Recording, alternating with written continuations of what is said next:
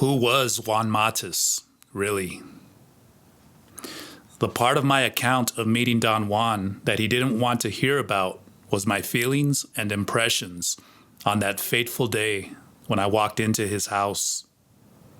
The contradictory clash between my expectations and the reality of the situation, and the effect that was caused in me by a cluster of the most extravagant ideas I had ever heard. That is more in the line of confession than in the line of events, he had said to me once when I tried to tell him about all this. You couldn't be more wrong, Don Juan. I began, but I stopped. Something in the way he looked at me made me realize that he was right. Whatever I was going to say could have sounded only like lip service, flattery. What had taken place on our first real meeting, however, was of transcendental importance to me, an event of ultimate consequence. During my first encounter with Don Juan in the bus depot in Nogales, Arizona, something of an unusual nature had happened to me, but it had come to me cushioned in my concerns with the presentation of the self. I had wanted to impress Don Juan, and in attempting to do so, I had focused all my attention on the act of selling my wares, so to speak. It was only months later that a strange residue of forgotten events began to appear. One day, out of nowhere, and with no coaxing or coaching on my part, I recollected with extraordinary clarity something that had completely bypassed me during my actual encounter with Don Juan. When he had stopped me from telling him my name, he had peered into my eyes and had numbed me with his look. There was infinitely more that I could have said to him about myself. I could have expounded on my knowledge and worth for hours if his look hadn't completely cut me off. In light of this new realization, I reconsidered everything that had happened to me on that occasion. My unavoidable conclusion was that I had experienced the interruption of some mysterious flow that kept me going, a flow that had never been interrupted before, at least not in the manner in which Don Juan had done it.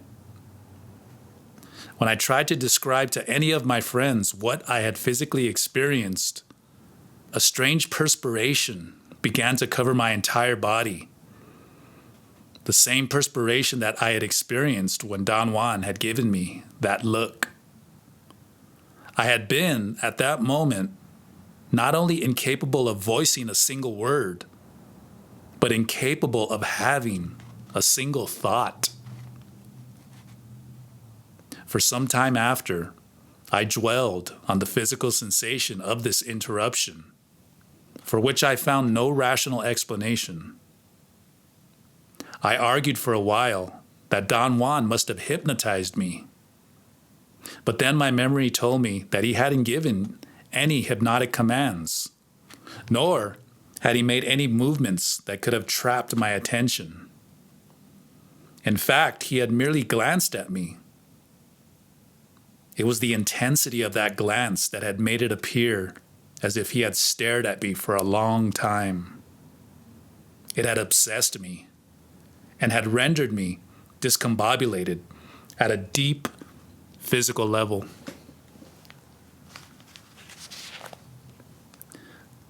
When I finally had Don Juan in front of me again, the first thing I noticed about him was that he didn't look at all as I had imagined him during all the time I had tried to find him. I had fabricated an image of the man I had met at the bus depot, which I perfected every day by allegedly remembering more details. In my mind, he was an old man, still very strong and nimble, yet almost frail.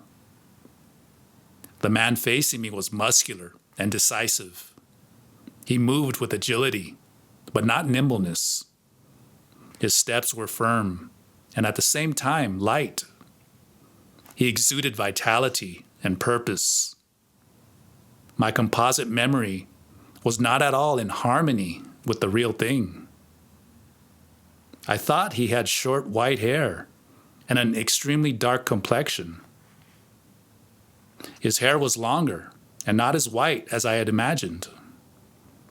His complexion was not that dark either.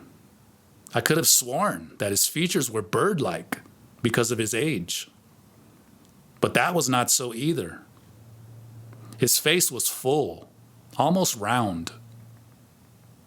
In one glance, the most outstanding feature of the man looking at me was his dark eyes, which shone with a peculiar, dancing glow.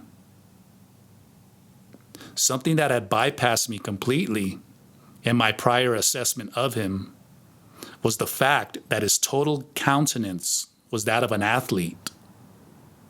His shoulders were broad, his stomach flat. He seemed to be planted firmly on the ground.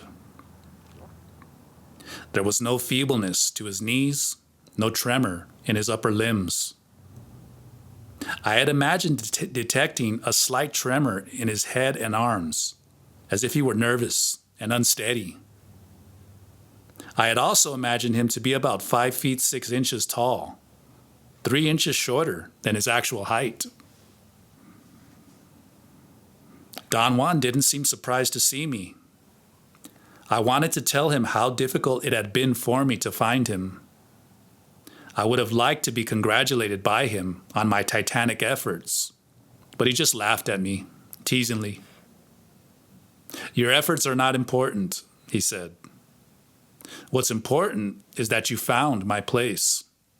Sit down," he said, enticing me, pointing to one of the freight boxes under his ramada and patting me on my back. But it wasn't a friendly pat. It felt like he had slapped me on the back, although he never actually touched me. His quasi-slap created a strange, unstable sensation, which appeared abruptly and disappeared before I had time to grasp what it was.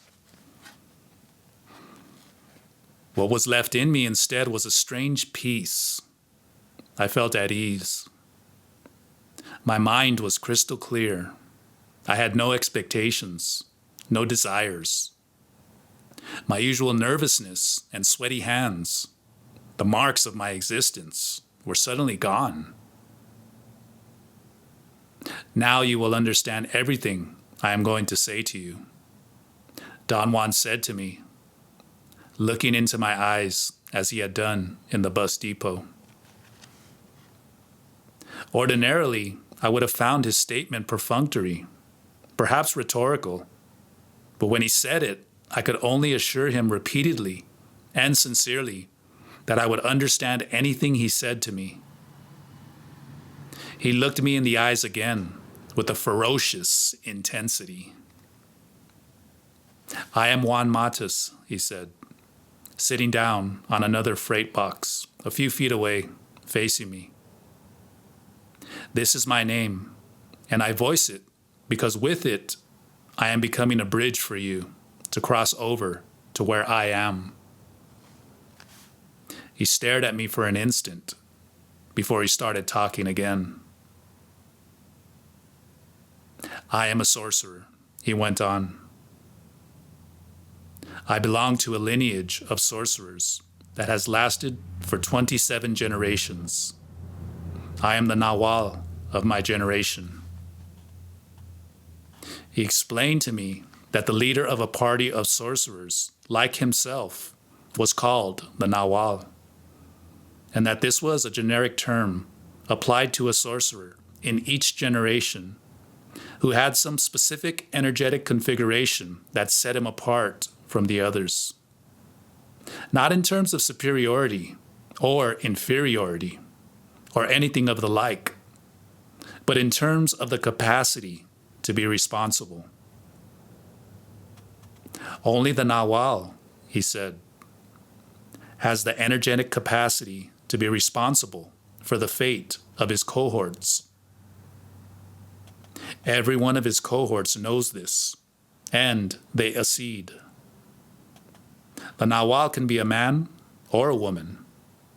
In the time of the sorcerers, who were the founders of my lineage, women were, by rule, the Nawals. Their natural pragmatism,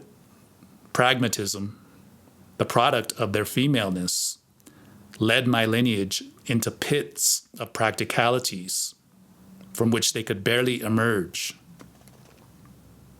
Then the males took over and led my lineage into pits of imbecility from which we were barely emerging now.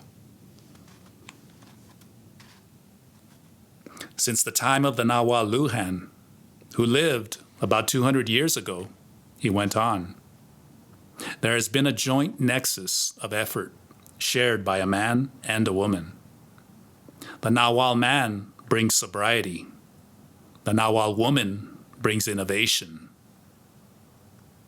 I wanted to ask him at this point if there was a woman in his life who was the Nawal. But the depth of my concentration didn't allow me to formulate the question. Instead, he himself formulated it for me. Is there a Nawal woman in my life? He asked. No, there isn't any. I am a solitary sorcerer. I have my cohorts, though. At the moment, they are not around. A thought came with uncontainable vigor into my mind. At that instant, I remembered what some people in Yuma had told me about Don Juan, running with a party of Mexican men who seemed to be very versed in sorcery maneuvers. To be a sorcerer, Don Juan continued, doesn't mean to practice witchcraft, or to work to affect people, or to be obsessed by demons. To be a sorcerer means to reach a level of awareness that makes inconceivable things available. The term sorcery is inadequate to express what sorcerers do. And so is the term shamanism.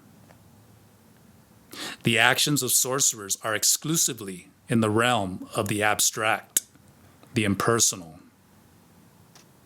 Sorcerers struggle to reach a goal that has nothing to do with the quests of an average man. Sorcerers' aspirations are to reach infinity and to be conscious of it.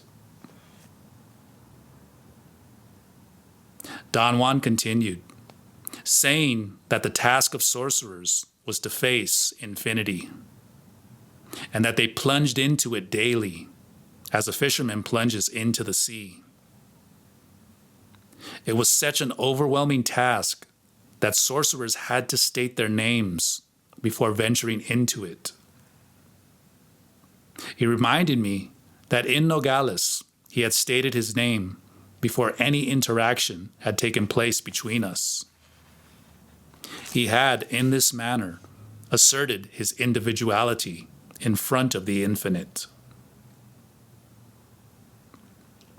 I understood with unequaled clarity what he was explaining. I didn't have to ask him for clarifications. My keenness of thought should have surprised me, but it didn't at all. I knew at that moment that I had always been crystal clear, merely plain dumb for someone else's benefit. Without you knowing anything about it, he continued, I started you on a traditional quest. You are the man I was looking for. My quest ended when I found you, and yours when you found me now. Don Juan explained to me that as the Nawal of his generation, he was in search of an individual who had a specific energetic configuration, adequate to ensure the continuity of his lineage. He said that at a given moment, the Nawal of each generation for 27 successive generations had entered into the most nerve-wracking experience of their lives, the search for succession. Looking me straight in the eyes, he stated that what made human beings into sorcerers was their capacity to perceive energy directly as it flows in the universe. And that when sorcerers perceive a human being in this fashion, they see a luminous ball or a luminous egg-shaped figure. His contention was that human beings are not only capable of seeing energy directly as it flows in the universe, but that they actually do see it, although they are not deliberately conscious of seeing it. He made right then the most crucial distinction for sorcerers, the one between the general state of being aware and the particular state of being deliberately conscious of something. He categorized all human beings as possessing awareness in a general sense, which permits them to see energy directly. And he categorized sorcerers as the only human beings who were deliberately conscious of seeing energy directly. He then defined awareness as energy, and energy as a constant flux, a luminous vibration that was never stationary, but always moving of its own accord. He asserted that when a human being was seen, he was perceived as a conglomerate of energy fields held together by the most mysterious force in the universe, a binding, agglutinating, vibratory force that holds energy fields together in a cohesive unit. He further explained that the Nawal was a specific sorcerer in each generation whom the other sorcerers were able to see, not as a single luminous ball, but as a set of two spheres of luminosity fused one over the other. This feature of doubleness, he continued, permits the Nawal to perform maneuvers that are rather difficult for an average sorcerer. For example, the Nawal is a connoisseur of the force that holds us together as a cohesive unit. The Nawal could place his full attention for a fraction of a second on that force and numb the other person. I did that to you at the bus depot because I wanted to stop your barrage of me. I wanted you to find me and cut the crap. The sorcerers of my lineage maintained, Don Juan went on, that the presence of a double being, a Nawal, is sufficient to clarify things for us. What's odd about it is that the presence of the Nawal clarifies things in a veiled fashion. It happened to me when I met the Nawal Julian, my teacher. His presence baffled me for years because every time I was around him, I could think clearly. But when he moved away, I became the same idiot that I had always been. I had the privilege, Don Juan went on, of actually meeting and dealing with two Nawals. For 6 years, at the request of the Nawal Elias, the teacher of the Nawal Julian, I went to live with him. He is the one who reared me, so to speak.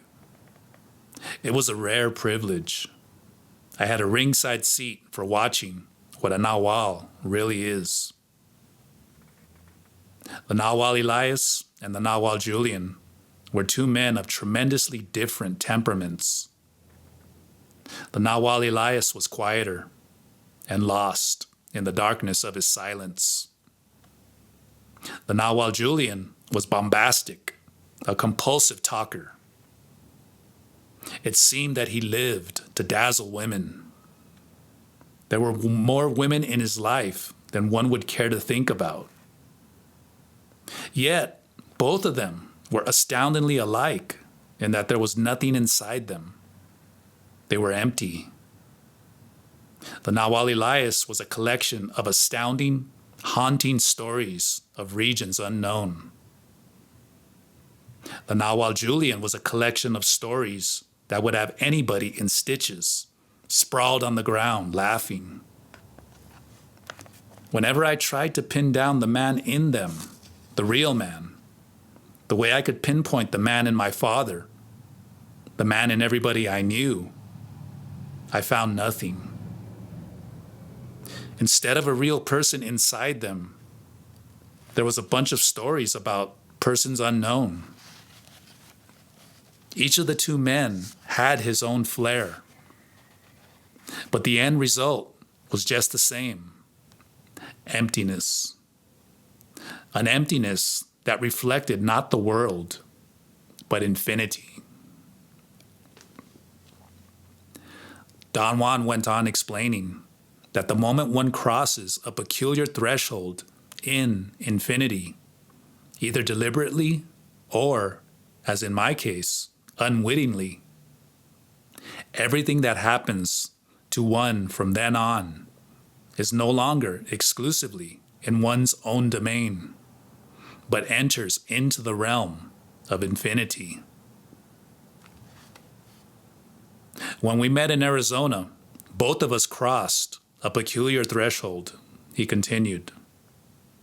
And this threshold was not decided by either one of us, but by infinity itself. Infinity is everything that surrounds us. He said this and made a broad gesture with his arms. The sorcerers of my lineage call it infinity, the spirit, the dark sea of awareness, and say that it is something that exists out there and rules our lives. I was truly capable of comprehending everything he was saying, and yet I didn't know what the hell he was talking about. I asked if crossing the threshold had been an accidental event, born of unpredictable circumstances, ruled by chance. He answered that his steps and mine were guided by infinity, and that circumstances that seemed to be ruled by chance were in essence ruled by the active side of infinity. He called it intent. What put you and me together, he went on, was the intent of infinity.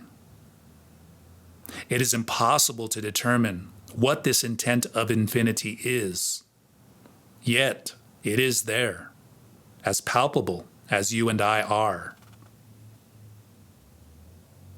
Sorcerers say that it is a tremor in the air. The advantage of sorcerers is to know that the tremor in the air exists and to acquiesce to it without any further ado. For sorcerers, there's no pondering, wondering, or speculating. They know that all they have is the possibility of merging with the intent of infinity, and they just do it.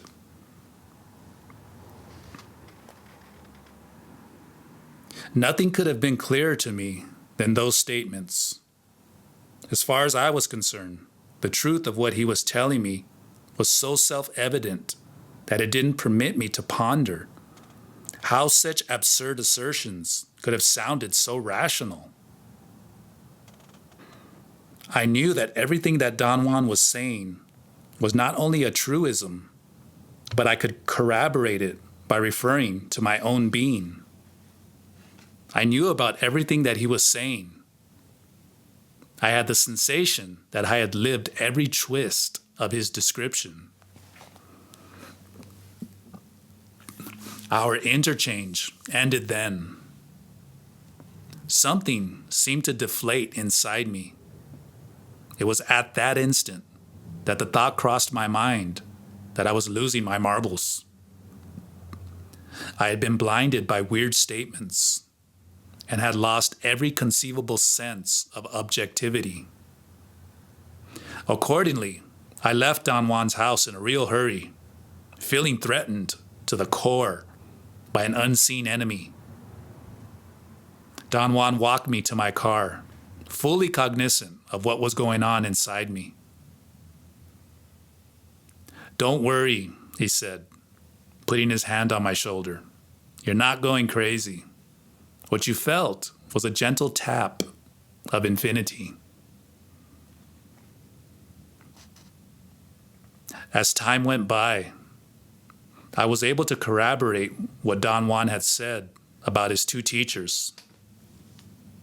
Don Juan Matus was exactly as he had described those two men to be. I would go as far as saying that he was an extraordinary blend of both of them. On the one hand, extremely quiet and introspective. On the other, extremely open and funny. The most accurate statement about what a Nahual is, which he voiced the day I found him, was that a Nahual is empty, and that emptiness doesn't reflect the world, but reflects infinity. Nothing could have been more true than this in reference to Don Juan Matus. His emptiness reflected infinity. There was no boisterousness on his part or assertions about the self. There was not a speck of a need to have either grievances or remorse. His was the emptiness of a warrior traveler, seasoned to the point where he doesn't take anything for granted. A warrior traveler who doesn't underestimate or overestimate anything. A quiet, disciplined fighter whose elegance is so extreme that no one, no matter how hard they tried to look, will ever find the seam where all that complexity has come together.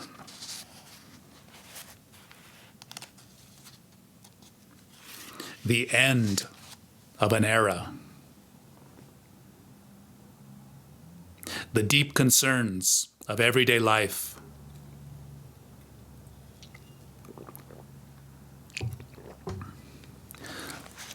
I went to Sonora to see Don Juan. I had to discuss with him the most serious event of that moment in my life. I needed his advice. When I arrived at his house, I barely went through the formality of greeting him. I sat down and blurted out my turmoil. calm down, Don Juan said.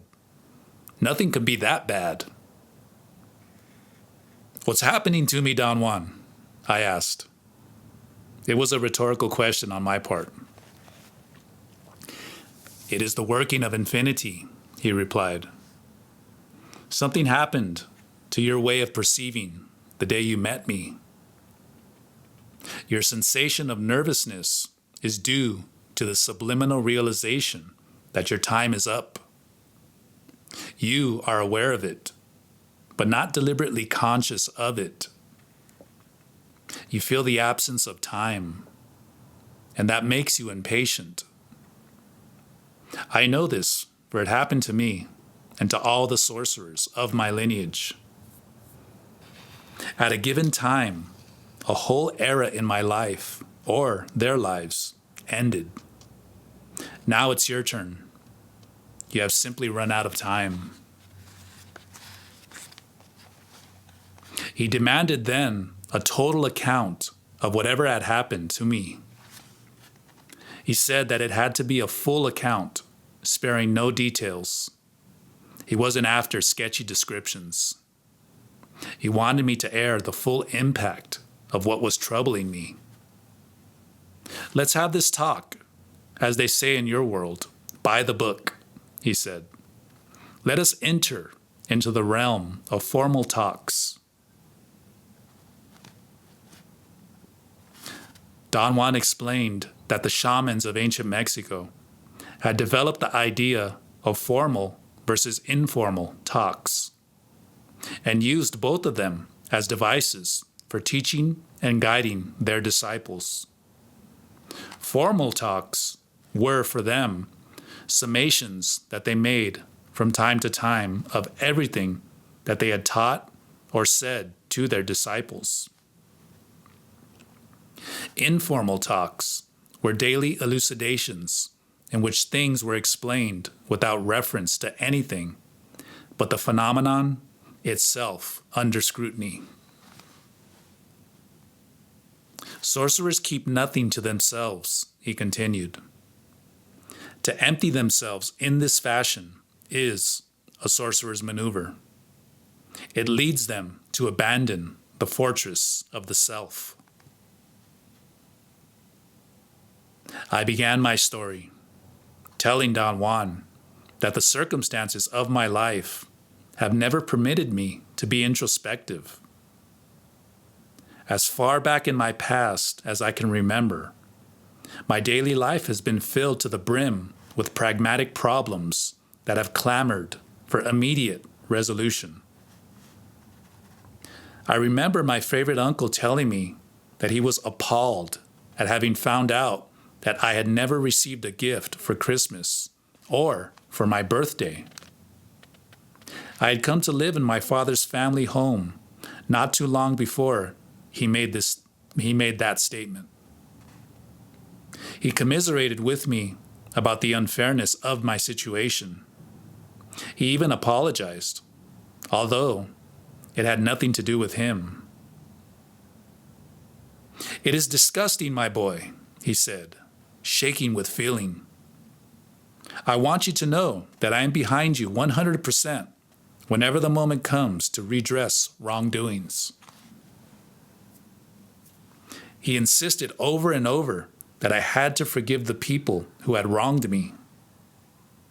From what he said, I formed the impression that he wanted me to confront my father with his finding and accuse him of indolence and neglect, and then, of course, forgive him. He failed to see that I didn't feel wronged at all. What he was asking me to do required an introspective nature that would make me respond to the barbs of psychological mistreatment once they were pointed out to me. I assured my uncle that I was going to think about it, but not at the moment, because at that very instant, my girlfriend from the living room, where she was waiting for me, was signaling me desperately to hurry up. I never had the opportunity to think about it, but my uncle must have talked to my father because I got a gift from him, a package neatly wrapped with ribbon and all, and a little card that said, "Sorry." I curiously and eagerly ripped the wrappings.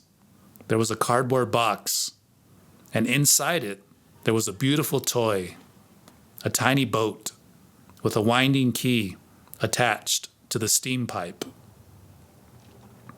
It could be used by children to play with while they took baths in the bathtub. My father had thoroughly forgotten that I was already 15 years old, and for all practical purposes, a man. Since I had reached my adult years, still incapable of serious introspection, it was quite a novelty when one day, years later, I found myself in the throes of a strange emotional agitation, which seemed to increase as time went by. I discarded it, attributing it to natural processes of the mind or the body that enter into action periodically for no reason at all, or are perhaps triggered by biochemical processes within the body itself. I thought nothing of it. However, the agitation increased, and its pressure forced me to believe that I had arrived at a moment in my life when what I needed was a drastic change. There was something in me that demanded a rearrangement of my life. This urge to rearrange everything was familiar. I had felt it in the past, but it had been dormant for a long time. I was committed to studying anthropology, and this commitment was so strong that not to study anthropology was never part of my proposed drastic change. It didn't occur to me to drop out of school and do something else. The first thing that came to mind was that I needed to change schools and go somewhere else, far away from Los Angeles. Before I undertook a change of that magnitude, I wanted to test the waters, so to speak. I enrolled in a full summer load of classes at a school in another city. The most important course for me was a class in anthropology taught by a foremost authority on the Indians of the Andean region. It was my belief that if I focused my studies on an area that was emotionally accessible to me, I would have a better opportunity to do anthropological fieldwork in a serious manner when the time came. I conceived of my knowledge of South America as giving me a better entry into any given Indian society there. At the same time that I registered for school, I got a job as a research assistant to a psychiatrist who was the older brother of one of my friends. He wanted to do a content analysis of excerpts from some innocuous tapes of question and answer sessions with young men and women about their problems arising from overwork in school, unfulfilled expectations, not being understood at home, frustrating love affairs, etc. The tapes were over 5 years old and were going to be destroyed. But before they were, random numbers were allotted to each reel, and following a table of random numbers, reels were picked by the psychiatrist and his research assistants and scanned for excerpts that could be analyzed. On the first day of class in the new school, the anthropology professor talked about his academic bona fides and dazzled his students with the scope of his knowledge and his publications. He was a tall, slender man in his mid-40s with shifty blue eyes. What struck me the most about his physical appearance was that his eyes were rendered enormous behind glasses for correcting farsightedness. And each of his eyes gave the impression that it was rotating in an opposite direction from the other when he moved his head as he spoke. I knew that couldn't be true. It was, however, a very disconcerting image. He was extremely well dressed for an anthropologist, who in my day were famous for their super casual attire. Archaeologists, for example, were described by their students as creatures lost in carbon. 1-4, dating who never took a bath. However, for reasons unbeknownst to me, what really set him apart wasn't his physical appearance or his erudition, but his speech pattern. He pronounced every word as clearly as anyone I had ever heard, and emphasized certain words by elongating them. He had a markedly foreign intonation, but I knew that it was an affectation. He pronounced certain phrases like an Englishman, and others like a revivalist preacher. He fascinated me from the start, despite his enormous pomposity.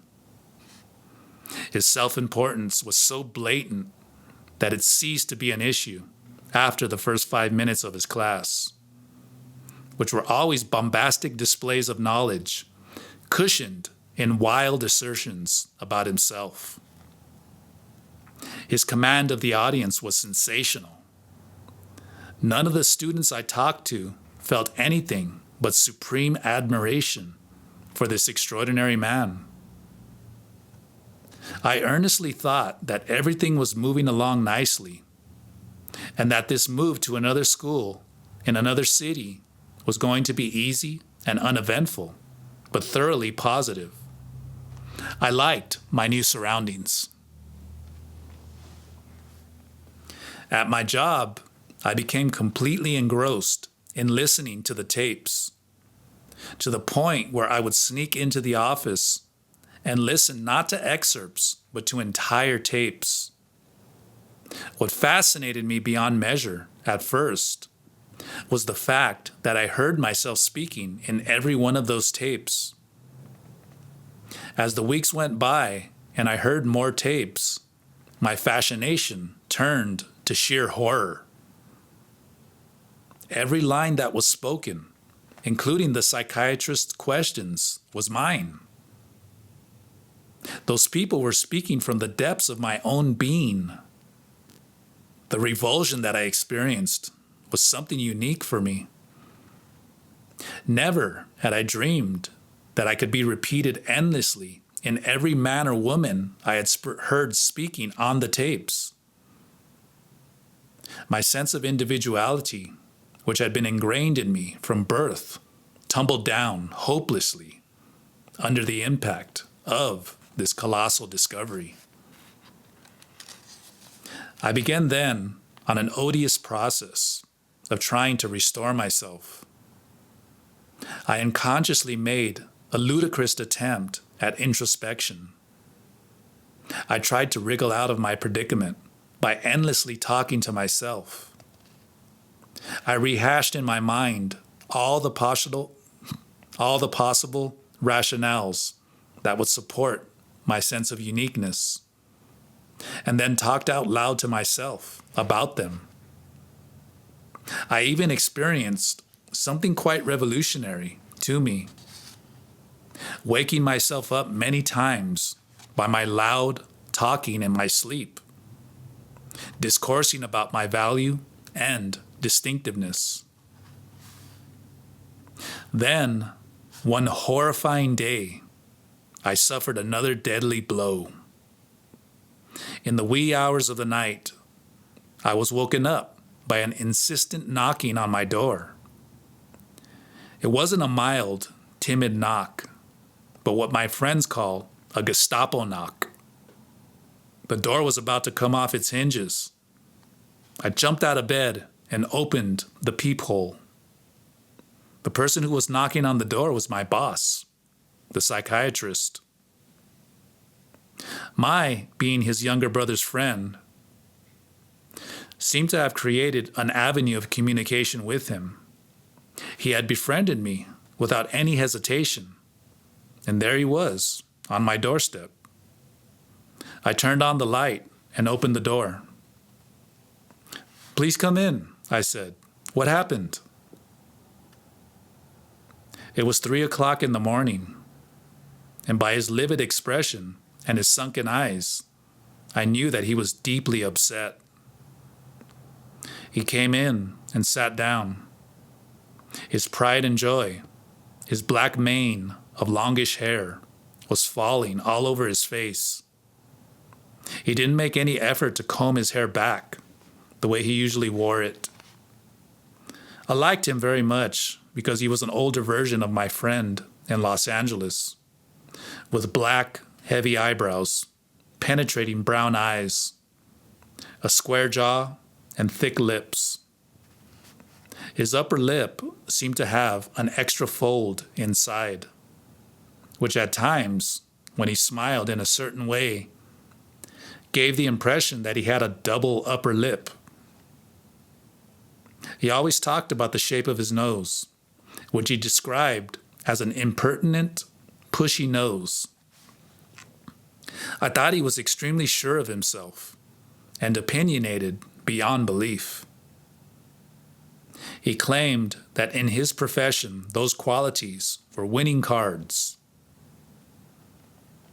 What happened? He repeated, with a tone of mockery, his double upper lip trembling uncontrollably. Anyone can tell that everything has happened to me tonight.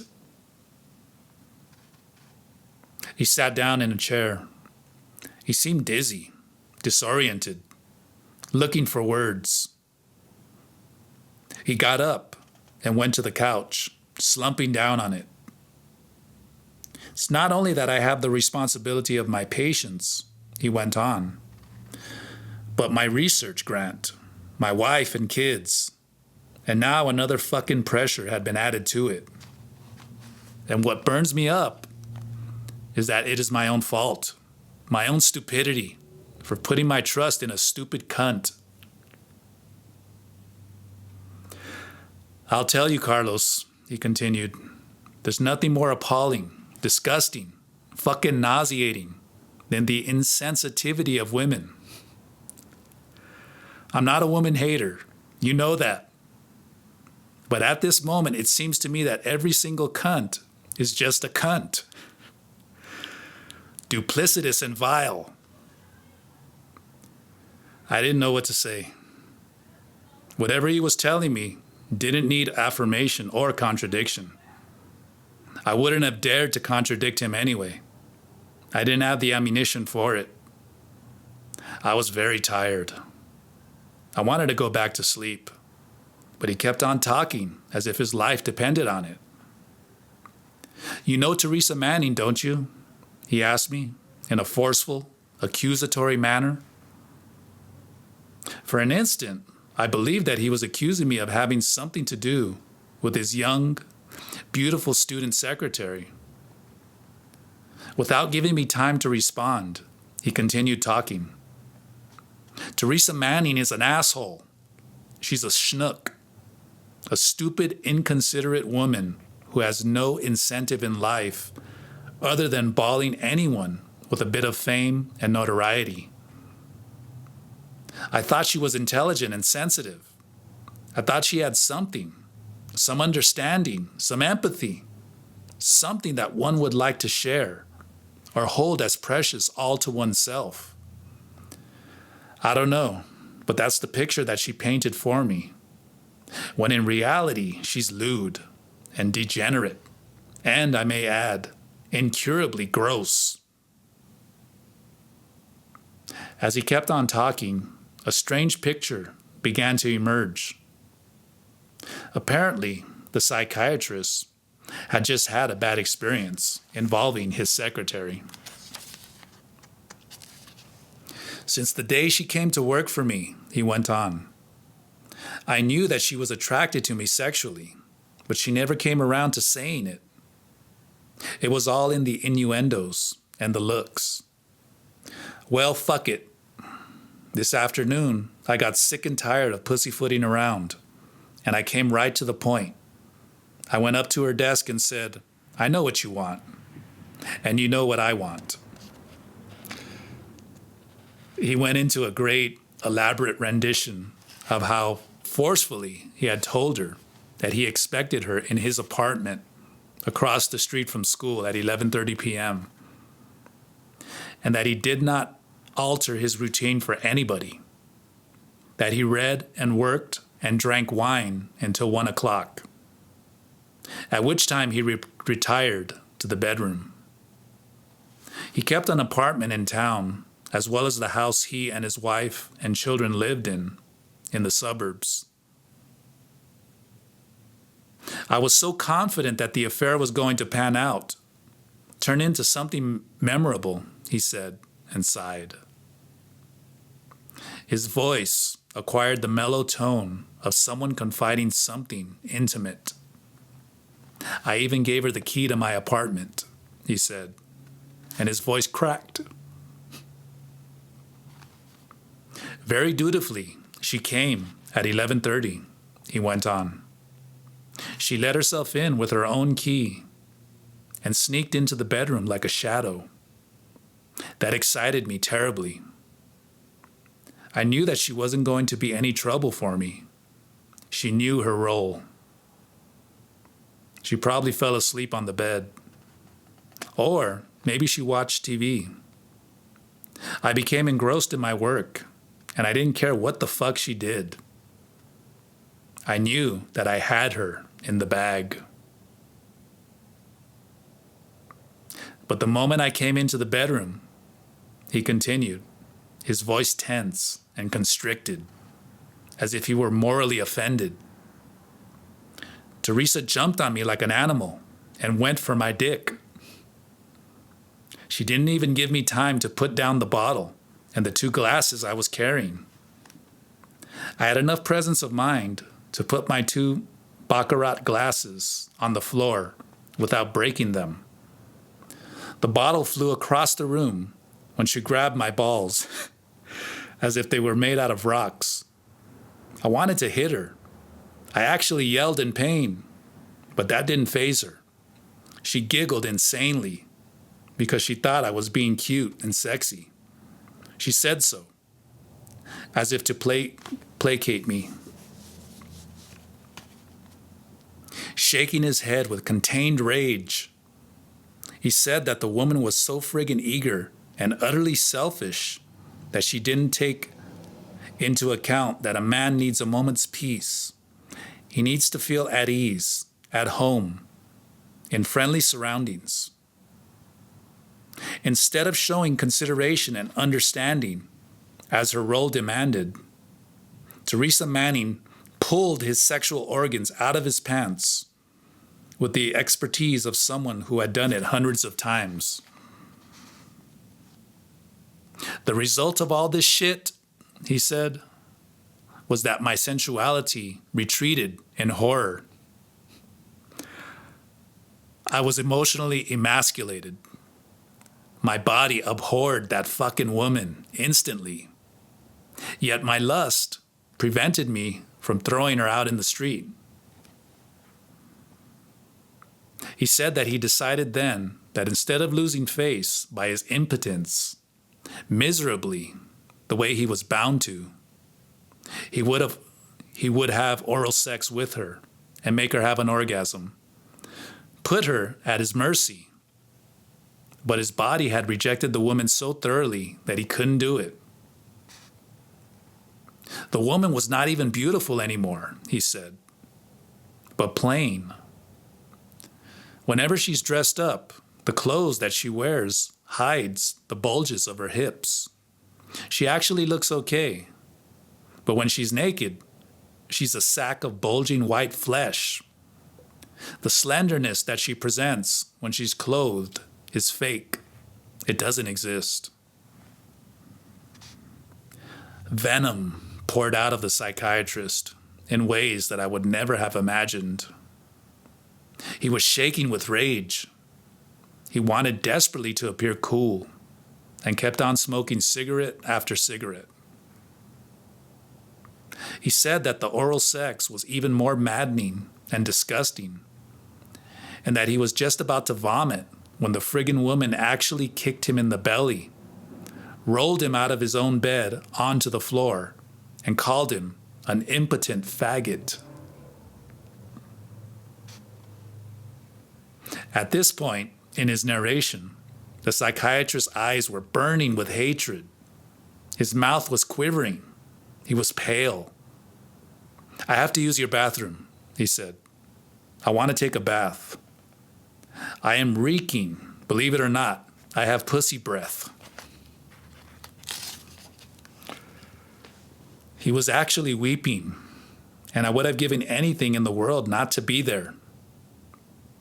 Perhaps it was my fatigue, or the mesmeric quality of his voice, or the inanity of the situation that created the illusion that I was listening not to the psychiatrist, but to the voice of a male supplicant on one of his tapes, complaining about minor problems turned into gigantic affairs by talking obsessively about them. My ordeal ended around 9 o'clock in the morning. It was time for me to go to class and time for the psychiatrist to go and see his own shrink. I went to class then, highly charged with a burning anxiety and a tremendous sensation of discomfort and uselessness. There, I received the final blow. The blow that caused my attempt at a drastic change to collapse. No volition of my own was involved in its collapse, which just happened, not only as if it had been scheduled, but as if its progression had been accelerated by some unknown hand. The anthropology professor began his lecture about a group of Indians from the high plateaus of Bolivia and Peru, the Aymara. He called them the Aymara, elongating the name as if his pronunciation of it was the only accurate one in existence. He said that the making of chicha, which is pronounced chi-cha, but which he pronounced cha-hi-cha, an alcoholic beverage made from fermented corn, was in the realm of a sect of priestesses who were considered semi-divine by the Aymara. He said, in a tone of revelation, that those women were in charge of making the cooked corn into a mush ready for fermentation by chewing and spitting it, adding in this matter an enzyme found in human saliva. The whole class shrieked with contained horror at the mention of human saliva. The professor seemed to be tickled pink. He laughed in little spurts. It was the chuckle of a nasty child. He went on to say that the women were expert chewers, and he called them the cha-hi-cha chewers. He looked at the front row of the classroom, where most of the young women were sitting, and he delivered his punchline. I was privileged, he said, with a strange quasi-foreign intonation, to be asked to sleep with one of the cha-hi-cha chewers. The art of chewing the cha-hi-cha mush makes them develop the muscles around their throat and cheeks to the point that they can do wonders with them.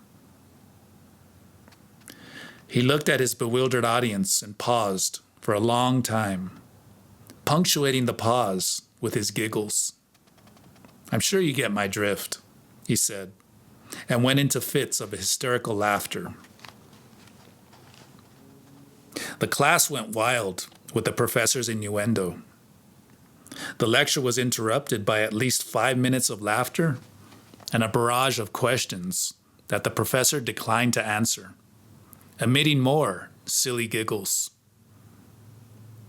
I felt so compressed by the pressure of the tapes, the psychiatrist's story, and the professor's cha-hi-cha chewers that in one instantaneous sweep, I quit the job, quit school, and drove back to LA. Whatever happened to me with the psychiatrist and the professor of anthropology, I said to Don Juan, has plunged me into an unknown emotional state. I can only call it introspection. I've been talking to myself without stop. Your malady is a very simple one, Don Juan said, shaking with laughter. Apparently, my situation delighted him.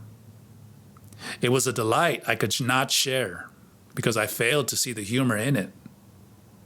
Your world is coming to an end, he said. It is the end of an era for you. Do you think that the world you have known all your life is going to leave you peacefully, without any fuss or muss? No. It will wriggle underneath you and hit you with its tail.